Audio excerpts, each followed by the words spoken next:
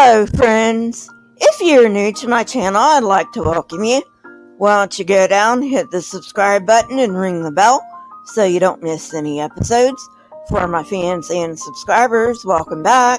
I really do appreciate you. Today, I'm going to be talking about the book of Daniel, chapter 2. Not much else I need to say. Let's get on with the video.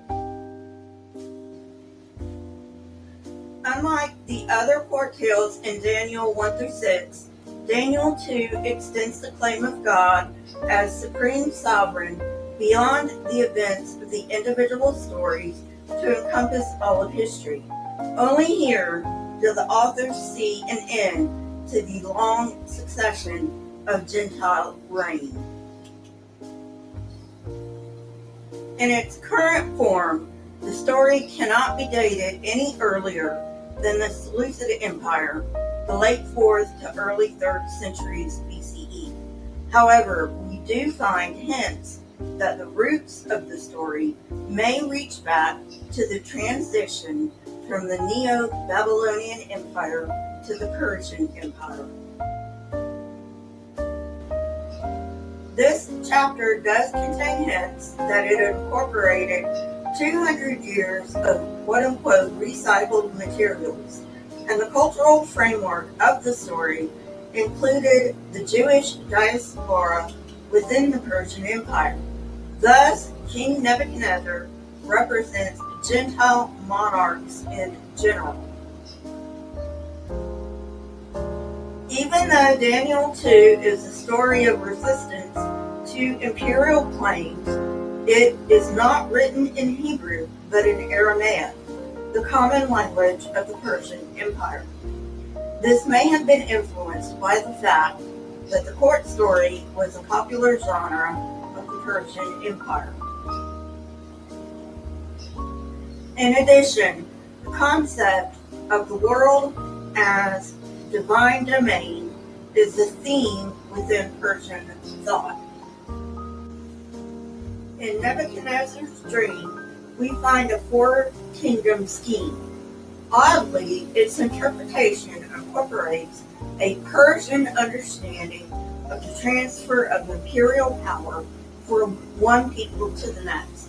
For scholars, this type of intellectualism is not surprising. Making sense of their situation required the Jews to participate in the world of Persian imperial thought. The author finds ways to resist and subvert discourse, while at the same time reaffirming Jewish values into the literature and concepts. Appropriating the Persian scheme to use it against the Seleucid Empire, however, meant acknowledging the legitimacy of preceding Gentile empires as part of God's plan. This meant giving the legitimacy to Nebuchadnezzar, the king who destroyed the Judean kingdom and the Jerusalem temple. We can actually compare Daniel 2 with Genesis 41, since both involve the genre of the court story. However, the author of Daniel 2 uses it for a more serious purpose. Both feature kings who have dreams that their courtiers cannot explain, but then the Jews explain it, for which the Jews are rewarded with status. However, in Daniel, the tension is greater because the king not only demands the interpretation of the dream, but also the contents of the dream, threatening violence if his courtiers do not comply. The contents of the dream are also in a different order. Pharaoh's dream had pragmatic problems that needed to be addressed in the near future, preparing for a famine, while Nebuchadnezzar's dream supposedly addressed far future events concerning imperial dominion and to make known the meaning of history. Daniel 2 then is not merely a court tale, but it also serves the purpose of exploring the relationship between knowledge and power. Indeed, it is the exchange between these elements which drives the plot, but it also negotiates the very real tensions experienced by the Jewish diaspora. The author makes a clear distinction between Nebuchadnezzar as the ultimate recipient of revelation in the story and the reader as the true recipient of knowledge who gains empowerment by access to this knowledge. As in chapter 1, knowledge is given, withheld, or deferred, making the reader an active interpreter, like Daniel. The story has 3 scenes. The king has this dream and unsuccessfully consults with his courtiers, 1 through 12, Daniel's conversation with Arioch, and God disclosing the mystery to Daniel, 13 to 24, and Daniel appearing before the king, 25 to 49.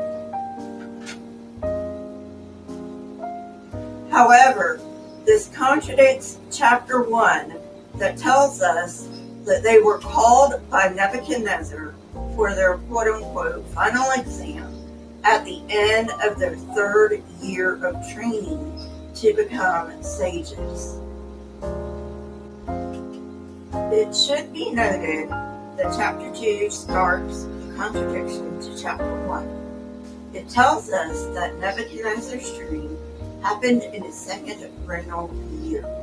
The end of chapter 2 tells us that Daniel and his friends are promoted to leading positions. However, this contradicts chapter 1 that tells us.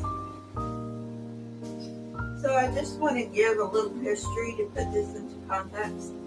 And when I say historical context, I do not mean the historical context of the author or authors of Daniel.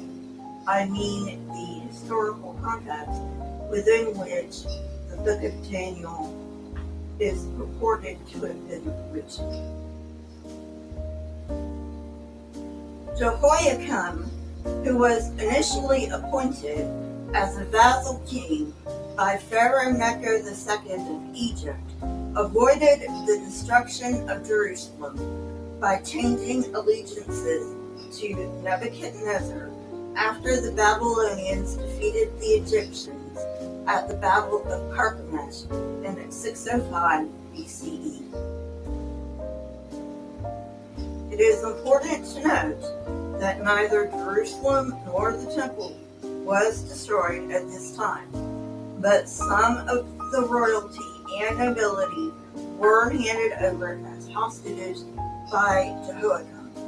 And Daniel was one of these hostages. Incidentally, Nebuchadnezzar ascended the throne in 605 BCE.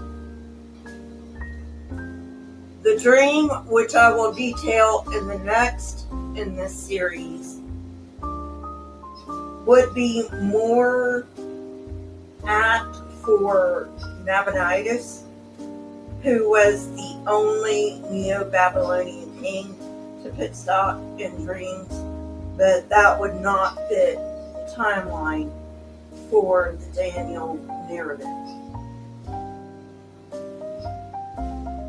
Well, friends, that's it for today. I hope you enjoyed it. Next time we'll go into Nebuchadnezzar's dream. If you like this kind of content, hit the like button, press the subscribe button, and if you want to know when I come out with new content, hit the bell next to the subscribe button. My Twitter, Discord, email, and PayPal links are in the description, along with the source that I used for this episode. Best way to reach me is Twitter. Next best is email. Also, if you would, please leave comments in the comment section. Not only do I love hearing from you, but it also triggers the YouTube algorithm. Keep learning and searching for truth. Here are a few videos from my library. If you have not watched them yet, go ahead and watch them and tell me what you think. Until next time, friends, stay safe and goodbye.